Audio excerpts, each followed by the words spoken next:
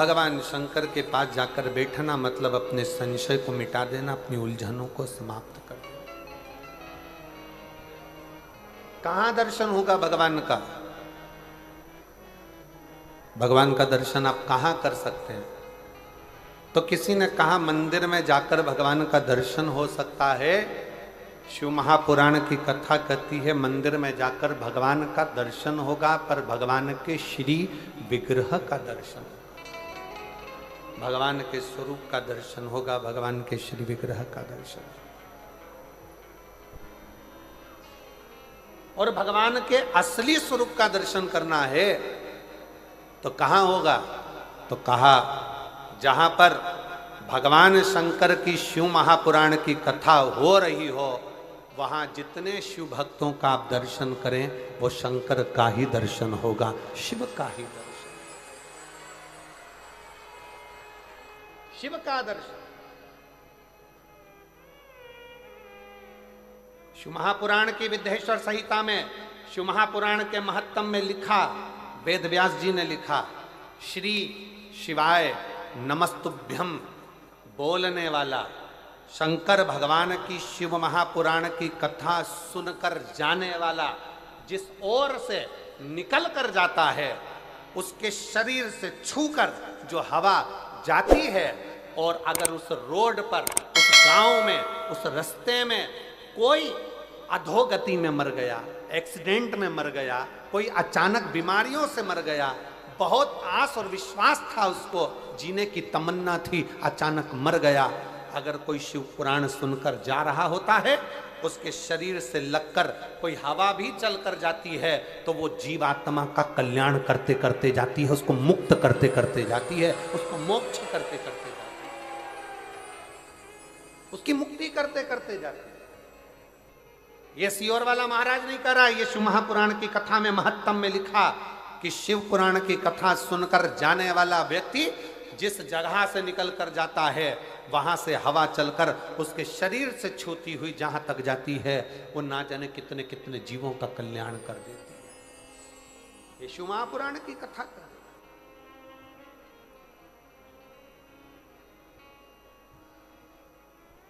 अब जरा विचार करिएगा, आप भगवान शंकर की इस पवित्र कथा को श्रवण कर कर अपने अपने गांव में जाओगे, कोई अंबिकापुर से आया, कोई जसपुर से आया, कोई कुनकुरी से आया, कोई मयाली से आया, कोई आसपास के गांवों से आया, कोई राजपुर से, कोई रायपुर से, जहाँ जहाँ लोग जहाँ जहाँ से आ सकते थे, कोई झारखंड से, कोई बिहार से, जहाँ जहाँ से आप लोग आए हो, कितना कितना भाव आपके शरीर से लगी हुई ये शिव महापुराण की तरंगें, आपके शरीर से छूही ये भगवान शंकर के शिव महापुराण की माटी अपने शरीर से लगकर जब अपने गांव तक जाएगी, कितना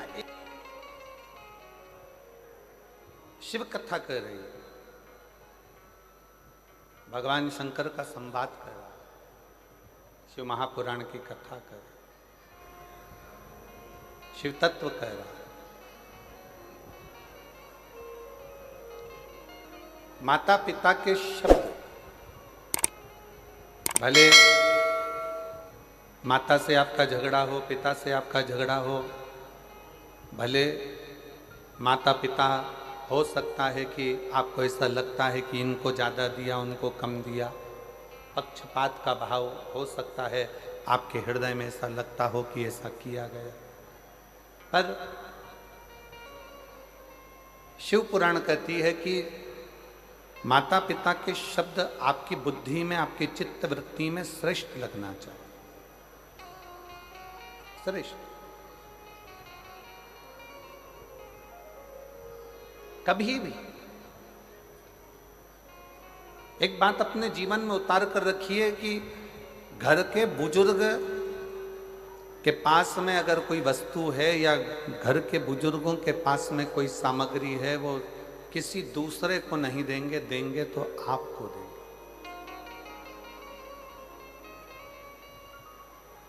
देंगे तो आपको देंगे, किसी दूसरे को नहीं। उसी तरह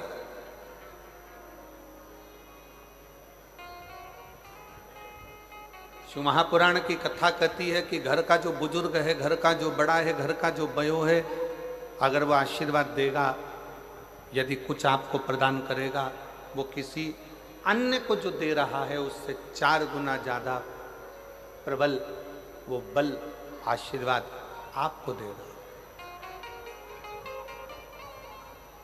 आपको प्रदान करेगा। इसलिए प्रयास करें। हम मना नहीं करेंगे कि आप बाहर वालों की बात को मत मानो, आप दुनिया की बात को मत मानो, आपकी सहेली की बात को मत मानो, आपके दोस्त की बात को मत मानो, खूब मानो। पर साथ में जो घर में बुजुर्ग हैं, घर में माता पिता हैं, घर में जो बयो हैं, घर में जो बड़े हैं, घर में जो विराजमान हैं, उनकी बात को भी आपको मानना चाहिए। एक दिन वो आपको श्रेष्ठता के मार्ग पर लेकर जाए। शिव महापुराण की कथा कहती है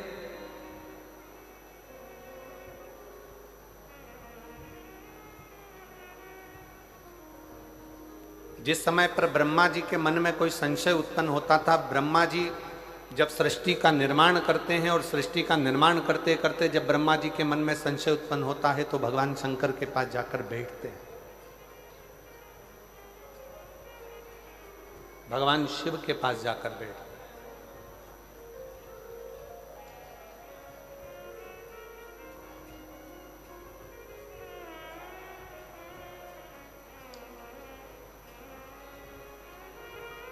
ब्रह्मा जी के हृदय में संशय हुआ, देवादिदेव महादेव के पास जाकर बैठे। भगवान विष्णु के हृदय में संशय हुआ, भगवान देवादिदेव महादेव के पास जाकर बैठे। इंद्रदेव के मन में संशय हुआ तो भगवान देवादिदेव महादेव के पास जाकर बैठे। वरुण, गरुण, 33 कोटि देवताओं के हृदय में जब कोई संशय होता है तो भगवान शंकर के पास जाकर बैठते हैं, जिससे हमारा संशय, हमारे भीतर की कुछ मन में उलझने हो तो वो समाप्त हो।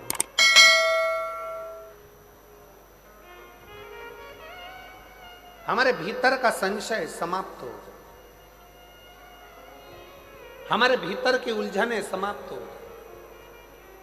अब कितना सुंदर कहा कि भगवान ब्रह्मा जी के मन में संशय होता है तो वो भगवान शिव जी के पास जाकर बैठते हैं। भगवान नारायण के पास संशय होता है तो शंकर जी के पास जाकर बैठते हैं। इंद्र के मन में संशय होता है तो शिव के पास जाकर बैठते हैं। नारद जी के मन में संशय होता है तो शंकर जी के पास जाकर बैठते हैं। शिव महापुराण की कथा कहती है केवल देवता ही नहीं, भगवान राम भी अगर इस पृथ्वी पर जन्मे और उनके मन में संशय आया तो वो शंकर जी के पास जाकर बैठे हैं। भगवान कृष्ण इस पृथ्वी पर जन्मे, भगवान कृष्ण इस पृथ्वी पर जन्म लेने के बाद उनके मन में संशय आया तो वो भी भगवान शंकर के पास जाकर बैठे हैं। शिव महापुराण की कथा कहती है कि आपके हृदय में भी अगर कोई संशय है तो पहला काम करो, 1 लोटा जल भरकर शंकर के मंदिर में ले जाकर चढ़ाओ और शिव के चरणों में जाकर बैठना प्रारंभ करो। संशय समाप्त होना चाहिए।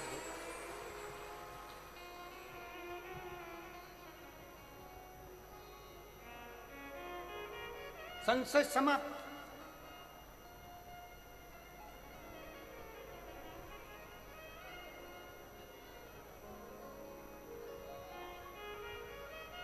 भीतर के संशय को शिव समाप्त कर। अपने भीतर अगर कोई विशेष संशय आ गया, कोई परेशानी आ गई, कोई उलझने आ गई, आप शंकर जी के मंदिर में पहुंचे हो तो वो समाप्त कर।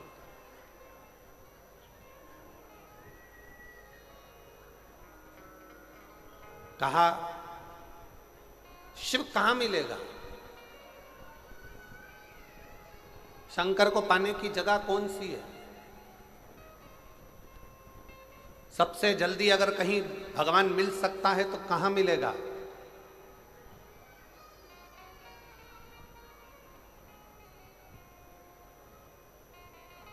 शबरी नारायण वाले महाराज जी बैठे हुए हैं।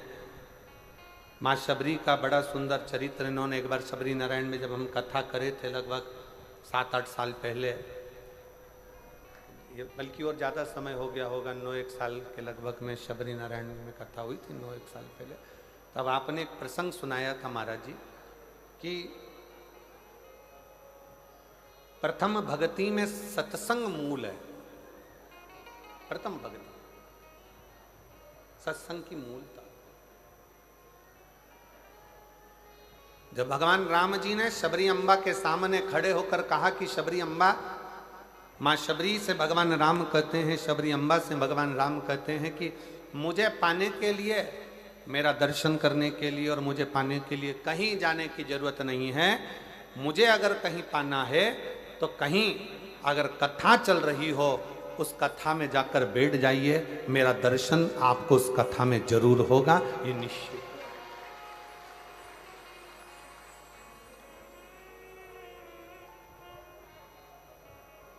अब किस रूप में होगा, कहां होगा, कैसे होगा, ये वो निश्चित करता है। उसकी निश्चितता वो करता है। 7 दिन की कथा में आज कथा का छठा दिन है, जिसको शिवरात्रि कहा जाता है। आज शिव भक्त रात भर यहाँ रुककर कीर्तन करते हैं। सुबह 8 बजे से 11 बजे तक शिव भक्त कथा सुनते हैं। 11 बजे इस भूमि को नमन करके, प्रणाम कर कर उस भूमि का रज अपने मस्तक चढ़ाते हैं।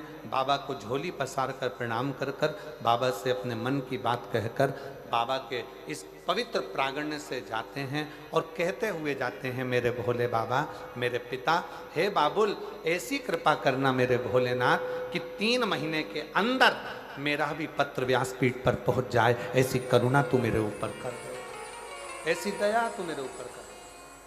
4 वेद हों, भले 6 शास्त्र हों, भले 18 पुराण हो, भले 108 उपनिषद हों, पर इन सभी में भगवान ने वचन नहीं दिया है। केवल एक शिव महापुराण की कथा ऐसी है जिसमें शंकर जी ने वचन दिया है कि जो शिव महापुराण की कथा को दिल लगाकर, हृदय से, भाव से शिव पुराण को मेरा ही स्वरूप मानकर जो सुनता है, शंकर कहते हैं उसके दुखड़ों को समाप्त करने की जवाबदारी मेरी है, क्योंकि मैं कली काल में, संसार में, मृत्यु लोक में मैं विराजमान, ब्रह्मा ब्रह्म लोक में, भगवान विष्णु वैकुंठ लोक में, पर मेरे देव अधिदेव महादेव इस मृत्यु लोक के देव, पृथ्वी के।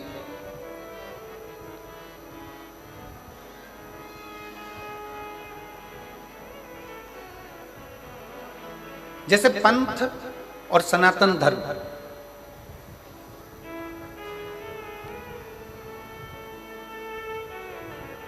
पंथ और सनातन धर्म दोनों में जमीन आसमान का अंतर।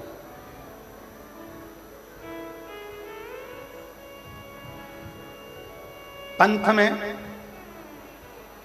कुछ चीजें एक जैसी होती, जैसे किताब एक, देवता एक, पूजन स्थल एक,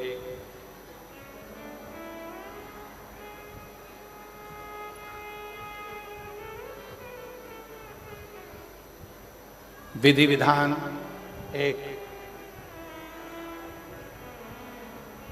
पंथ में और सनातन धर्म में बहुत अंतर। पंथ में कुछ चीजें एक जैसी होती है, पुस्तक एक होती है, पैगंबर एक होता है, पद्धति एक होती है, पूजा स्थल एक होता है, देवता एक होता है, ये सब चीजें पंथ में एक होती है। आप दूसरे धर्म देख लीजिए, दूसरे पंथ देख लीजिए, सभी पंथ में आपको एक पुस्तक मिलेगी। मुस्लिम संप्रदाय को देखोगे तो उसमें कुरान मिल जाएगा, क्रिश्चियन धर्म को देखोगे तो उसमें बाइबल मिल जाएगा, किसी और अन्य धर्म में देखोगे तो एक पुस्तक मिलेगी। उसी तरह इनका देव भी एक ही रहेगा, इनका देव भी एक है, इनका पूजन स्थल भी एक जैसा ही होगा, एक ही होगा, इनकी पद्धति भी एक होगी, इनका पूजन करने का पद्धति भी एक होगी। जो एक पर टिक कर करें वो पंथ है, और हमारा जो सनातन धर्म है वो एक पर नहीं, हमारा सनातन धर्म जिसमें देवता भी 33 कोटि हैं, तो पद्धतियां भी अलग अलग हैं, और देवालय शिवालय भी अलग अलग हैं, और हमारा पूजन करने का नियम और पद्धति भी कोई यज्ञ से, कोई अनुष्ठान से, कोई वेद से, कोई पुराण से, कोई तप से, कोई साधना से, सब अलग सब अलग।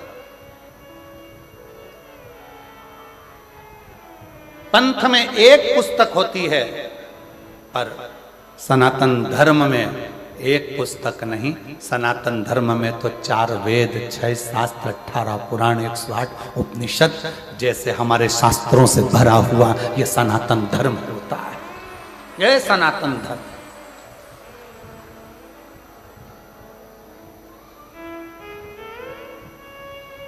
अब चलो बहुत अच्छी तरह से समझ लेना। कई लोग कहते हैं तुम्हारे सनातन धर्म में 33 कोटि देवता है, कोई कहता है तुम्हारे सनातन धर्म में शंकर जी हैं, राम जी हैं, हनुमान जी हैं, तो ये गणेश जी हैं, तो ये देवता, तो वो देवता, तो इतने सारे देवता हैं। अब हम आपसे पूछें, सावधानी से बताइएगा, जिनका एक लड़का और वो चले गया मुंबई, या वो नौकरी करने चले गया दुबई, अब तुम पड़ गए बीमार, और एक ही लड़का, अब वो आ ही नहीं रहा, वीजा ही नहीं बना, पासपोर्ट ही तैयार नहीं, आने कोई तैयार नहीं, टिकट ही नहीं हो रहा, क्या करोगे? तड़फोगे, इंतजार करोगे कि मेरा एक लड़का है आएगा, डॉक्टर को दिखाएगा, मेरा एक लड़का है आएगा, मुझे डॉक्टर के पास लेकर जाएगा। सारे पंथ में, दूसरे धर्म में एक पर आश्रित होकर बैठते हैं, पर मेरा सनातन धर्म ऐसा है, हम जब पुकारे मेरे राम को, राम जी नहीं पहुंच पाए तो हनुमान को भेज देते हैं कि वो भी तो एक पुत्र है। हनुमान ना आए पाए शिव को भेज देते हैं, शंकर ना आ पाए कृष्ण को भेज देते हैं। इसलिए सनातन धर्म की शाखा को मजबूत किया जाता है। और लोग कहते हैं तुम्हारे सनातन धर्म में इतने देवता, इतने देवता, इतने देवता। शिव महापुराण की कथा कहती है, जिस घर में एक बेटा, एक बहू और परिवार में कम सदस्य रहते हैं ना, तो बहू डिप्रेशन में पड़ कर एक दिन सुसाइड कर मर जाती है। और जिस घर में 4-5 देवरानियां हो, 3-4 देवर जेठ हो, बहू को टेंशन आ जाए ना, तो वो दूसरे से कहकर मन हल्का कर लेती है। इसलिए सनातन धर्म में 33 कोटि देवता हैं कि हमारा मन हम इन देवताओं के पास जाकर हल्का कर सकते हैं।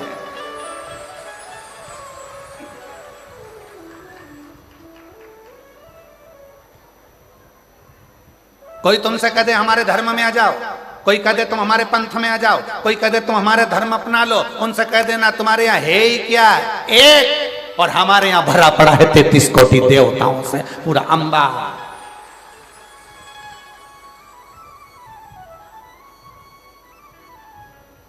कोई तुमसे कहे हमारे धर्म में आ जाओ, हमारे नियम को अपनाओ, हमको फॉलो करो, हमको फॉलो करो, तो कह देना हम फॉलो वालो नहीं करते, हम तो फूल से प्यार कर फूल मेरे महादेव के चरणों को समर्पित करते हैं, फॉलो से मतलब नहीं, फूल से मतलब रखते हैं।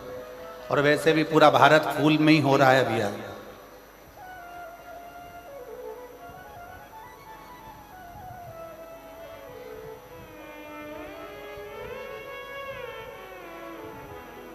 और फिर मेरा निवेदन है मेरे सनातनियों से, मेरे हिंदू भाई बहनों से, मेरे सनातन धर्म के सभी भक्तों से निवेदन, इसलिए कहते हैं घर में कम से कम 2-3-4 छोरा छोरी होना चाहिए, होना चाहिए।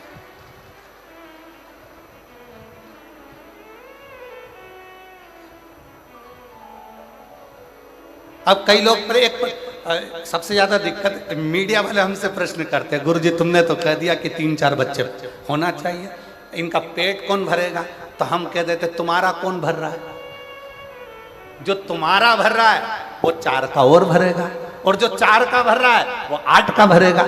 बस इतना याद रखो, सरकारी गोडाउन को भरने की जवाबदारी तुम्हारी है, वेयर हाउस को भरने की जवाबदारी तुम्हारी है, पर किसी के पेट को भरने की जवाबदारी तुम्हारी नहीं, उस देवाधिदेव महादेव की है। वो जवाबदारी तुम्हारी नहीं है, वो जवाबदारी है देवाधिदेव महादेव की। अपने धर्म को प्रबल करने के लिए यहां शिव महापुराण की कथा कहती है, पंथ में एक देव हो सकता है, पंथ में एक पुस्तक हो सकती है, पंथ में एक पद्धति हो सकती है, पंथ में एक पूजन स्थल हो सकता है, पर सनातन धर्म में 33 कोटि देवताओं का भाव होता है। सनातन धर्म में कई पुराणों का भाव होता है, सनातन धर्म में कई वेद और शास्त्रों का भाव होता है, सनातन धर्म में कई पद्धतियों का भाव होता है, सनातन धर्म में कई देवालय का भाव होता है। यहाँ आए हो मयाली गांव में मदेश्वर नाथ का दर्शन कर लिया, फिर किसी दूसरे गांव में चले जाओ, फिर किसी देवता का दर्शन कर लो। शंकर भगवान और अन्य देवता में एक सबसे बड़ा अंतर है कि शंकर भगवान जिस गांव में रहते हैं उसी गांव से पूजा जाते हैं। जैसे जसपुर में अगर मालूम पड़े कोई शंकर जी का मंदिर है तो वहां पर नाम हो जाएगा जसेश्वर महादेव। यहां आकर बैठ गए तो मधेश्वर महादेव। जिस जगह पर अभी हम कल एक वो यहीं पास में गांव था, कौन सा चरमरी गांव, कौन सा गांव था है? अच्छा तुम तो समझ गए ना, अब बाकी के सब जान दो, अपने को समझ में आना चाहिए, बाकी के तो आए तो नहीं आए। तो कल हम वो गांव गए थे तो कौन से महादेव है? वो गांव के नाम से ही महादेव है ना, जो गांव का नाम है वही महादेव का नाम है। बोलो सही है कि गलत है? एक ही नाम, मतलब उस गांव के महादेव का नाम उसी गांव से जुड़ा हुआ है। मतलब हमारे गांव का कुल देवता और हमारे गांव का राजा और हमारे गांव की रक्षा करने वाला वो देवाधिदेव महादेव स्वयं विराजमान है। ये गांव में शिव की स्तुति का एक प्रतिबिंब है। क्या है शिव पुराण में? अब आप लोगों को कह सकते हो कि आखिर इस कली काल में शिव महापुराण का इतना महत्व क्यों है? क्योंकि शिव पुराण के लिए वर्णन किया गया कि ये शिव पुराण भगवान ईश्वर जी, गोरा जी, शंकर पार्वती जी कहते हैं तुमरुका जी, जो कली काल में इस शिव महापुराण की कथा को श्रवण करेगा, पंडाल तक पहुंचकर जितने कदम चलकर मेरे नजदीक तक पहुंचेगा उतना उतना मुझे प्राप्त कर लेगा। कई लोग कहते हैं गुरुजी वहां से चलकर पैदल पैदल हम यहाँ तक आ रहे हैं। कोई कहता है भीड़ बहुत है गुरुजी, कोई कहता है ये बहुत है गुरुजी, कोई कहता है शंकर भगवान तुम्हारे घर से तुम चलोगे शिव पुराण की कथा को सुनने के लिए, तब तक शंकर भगवान सारी परीक्षा ले लेगा तुम्हारी। डॉक्टर तुम्हारे रोग को 1 मिनट में मिटा सकता है। सिर दर्द हो रहा है ना, डॉक्टर 2 मिनट में गोली देगा और सिर दर्द बंद कर देगा। डॉक्टर 2 मिनट में पेट के दर्द को बंद कर देगा। डॉक्टर 2 मिनट में घुटने के दर्द को बंद कर देगा। पर डॉक्टर करता क्या है? 2 मिनट में बंद नहीं करता है। डॉक्टर क्या करता है? पहले ये वाली जांच करा के आओ, फिर कहता है ये वाली जांच करा के आओ, फिर कहता है ये वाली जांच करा कर आओ। सारी जांच डॉक्टर करवाता है। इसमें डॉक्टर का फायदा नहीं है। डॉक्टर पूरी जांच कराते कराते कराते कराते आखिरी में 4 तरह की गोली लिख देगा। सुबह खाली पेट खाना, सवेरे भोजन के बाद खाना, रात्रि को भोजन के बाद खाना, शाम को सोते समय खाना। डॉक्टर ने 5 तरह की दवाई तुम्हें लिख दी। अब क्या डॉक्टर दवाई पहले नहीं लिख सकता था?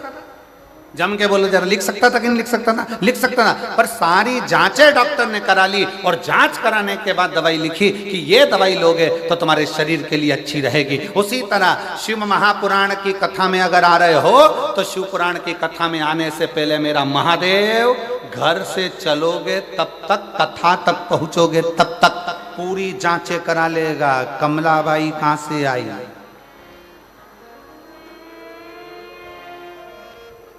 फिर पता करा दूसरे की गाड़ी में बैठकर आई है। फिर पता करा कोई छोड़ने वाला नहीं था, बस में बैठ कर आई है। फिर पता करा, सारे पर्चे भगवान सारी जांचें करा लेगा और आधा किलोमीटर 1 किलोमीटर दूर छोड़ेगी गाड़ी और वहां से फिर चलती चलती धीरे धीरे टुकर टुकर झुकती झुकाती आराम से फिर कथा में जाके फिर सोचेगी आगे बैठूं क्या।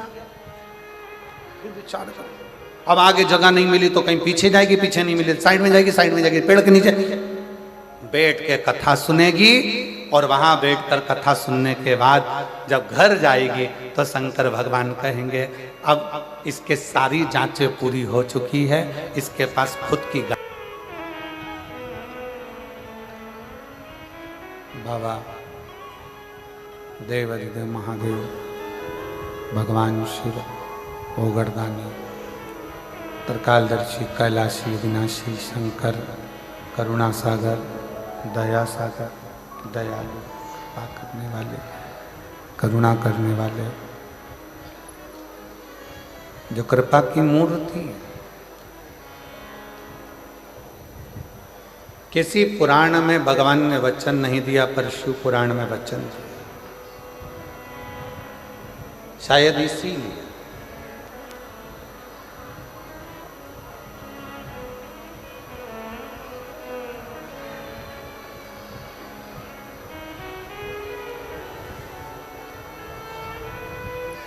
जिस समय पर मेरे राम जी महाराज वन के लिए जा रहे थे तब भगवान श्री दशरथ जी महाराज ने राम जी से कह दिया था कि वन में जाते जाते पार्थिव लिंग का पूजन करना और शिव की आराधना करना।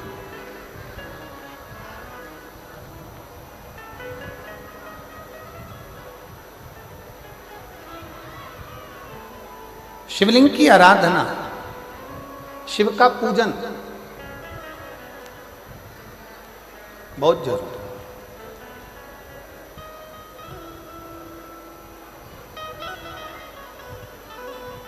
सारे देवताओं का पूजन करना सरल है, सारे देवताओं की आराधना करना सरल है, सारे देवताओं को वंदन करना सरल है, क्योंकि उनको आप वंदन भी कर सकते हैं, आराधना भी कर सकते हैं, पूजा भी कर सकते हैं। पर भगवान शंकर की आराधना वंदन पूजन आप नहीं करते हैं। भगवान शंकर आपके हृदय में जब बैठते हैं स्वयं शंकर की पूजन कराते हैं तब हो पाता है, वरना संसार के मनुष्य की बस की बात नहीं कि शिव की आराधना कर ले, शंकर की पूजन कर ले, शंकर का स्मरण कर ले, शंकर की आराधना कर ले, शंकर का गुणगान कर ले। कठिन है।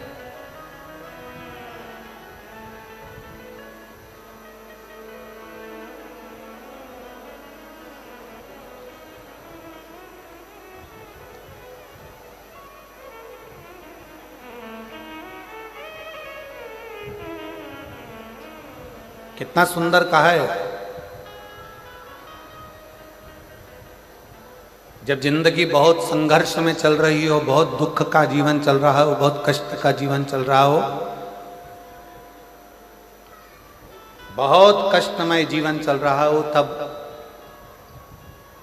शमी के 5 पत्ते, शमी के 5 पत्ते एक दुर्वा के साथ एक अक्षत चावल का एक दाना, वो भी हल्दी में भिंगोया हुआ हो या केसर में भिंगोया हुआ हो,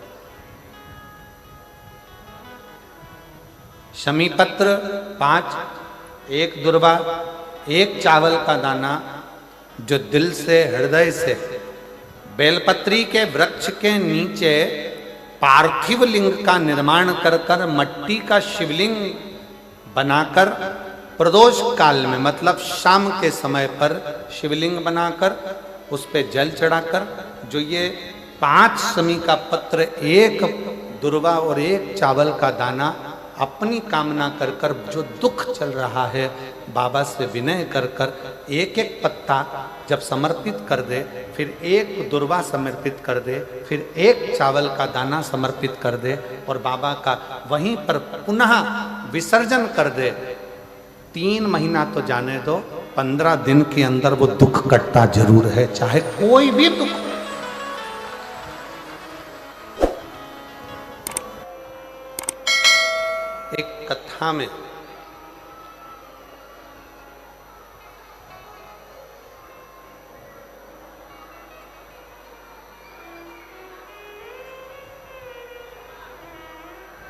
एक कथा में एक प्रवचन में बहुत अंतर होता है।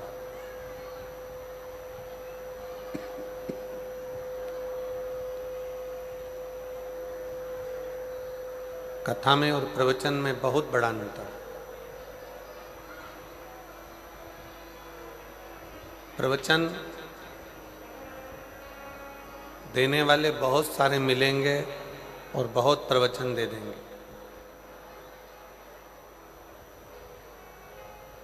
प्रवचन का मतलब है कि दूसरे को समझा देना, दूसरे को ज्ञान दे देना,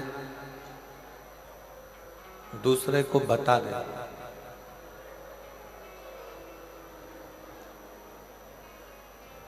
इसलिए हमारे यहाँ पर कभी कभी बच्चे भी बड़ों से कह देते हैं तुम हमको प्रवचन मत दो। बहुत प्रवचन दे लिया, आप प्रवचन मत।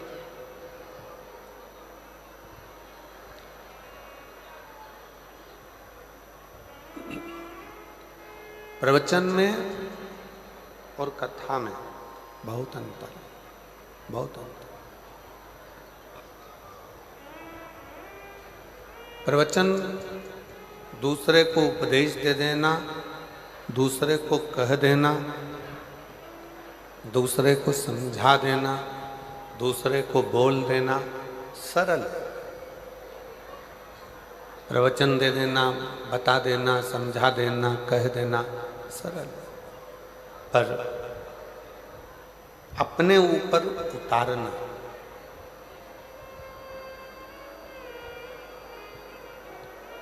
अपने ऊपर धारण करना, ये बहुत कठिन। कथा और प्रवचन दोनों में जमीन आसमान का अंतर। कथा का मतलब होता है कि जो कह रहा है, जो बोल रहा है, जो समझा रहा है, जो बता रहा है। कथा का मतलब है जो बोल रहा है, जो समझा रहा है, जो कह रहा है, जो समझाने में लगा हुआ है, जो बताने में लगा हुआ है, जो कहने में लगा हुआ है। वो पहले स्वयं पर उतारे, स्वयं पर उतारता है, फिर दूसरों को बताता है। कथा का मतलब ही यही है, कथा का सार तत्व ही यही है।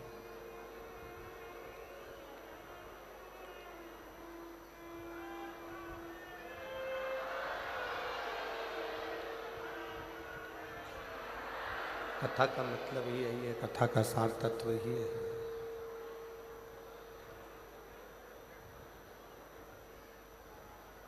कथा 2 काम करती है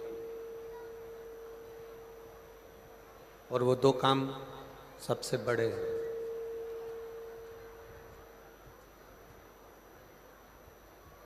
कथा 2 काम करती है। पहला काम कथा करती है कि स्वयं का परिचय कराना, कि कथा अपने ऊपर बता देती है, अपने ऊपर बता देती है, अपने ऊपर समझा देती है कि मैं कैसा हूं।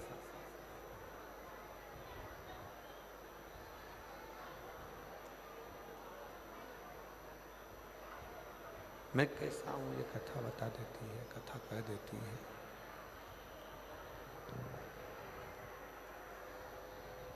कथा 2 काम बड़े करती है।